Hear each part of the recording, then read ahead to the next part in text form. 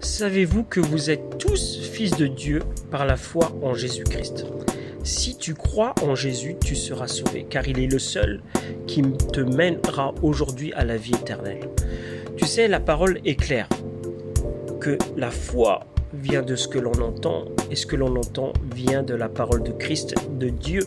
Donc il est important que tu te nourrisses de cela et de croire que Dieu a envoyé son Fils unique pour sauver l'humanité.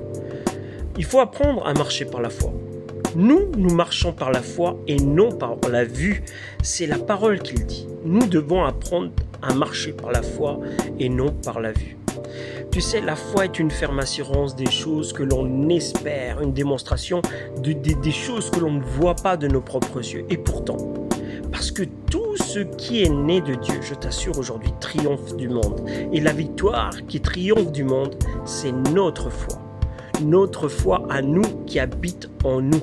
Sans la foi, mon frère, ma sœur, il est impossible de lui être agréable. Car il faut que celui qui s'approche du Seigneur Jésus, donc de Dieu, croit que Dieu existe et qu'il est le rémunérateur de celui qui le cherche.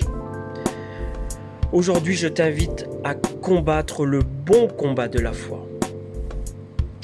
Tu dois apprendre à ne pas avoir honte de l'évangile, car c'est une puissance de Dieu pour le salut à quiconque croira.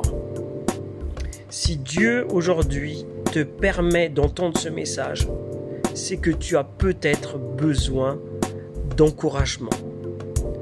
Et tu sais, je t'invite à demander à Christ d'augmenter la foi, et il le fera. Parce que tout ce que vous demanderez avec foi par la prière, vous le recevrez. Et ça, j'en suis persuadé, parce que c'est sa parole qui le dit. Et tu sais, la prière de la foi sauvera le malade, et le Seigneur le relèvera. J'en suis persuadé parce que, encore une fois, sa parole est vérité.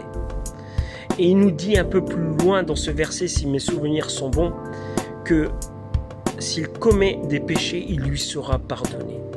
Tu te rends compte? Donc c'est simplement en ayant la foi en Christ que tu peux aujourd'hui être sauvé.